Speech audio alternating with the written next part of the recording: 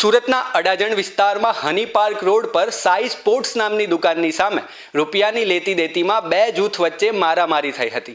ભીડવાળા આ રસ્તા પર અચાનક જ 7 થી 8 લોકો એકબીજા પર તૂટી પડ્યા હતા. આ મારામારી એટલી ઉગ્ર હતી કે આસપાસના વેપારીઓ અને રાહદારીઓમાં નાસભાગ મચી ગઈ હતી. સ્થાનિકોએ આ સમગ્ર ઘટનાના લાઈવ વિડીયો સોશિયલ મીડિયામાં મૂક્યા હતા અને પોલીસ તપાસમાં સામે આવ્યું છે કે આ મારામારી પાછળનું મુખ્ય કારણ આર્થિક વ્યવહાર હતો. આરોપી કાર્તિક ઓમ પ્રકાશ પ્રજાપતિને ધ્રુવ યાદવ પાસેથી 1500 રૂપિયા લેવાના નીકળતા હતા.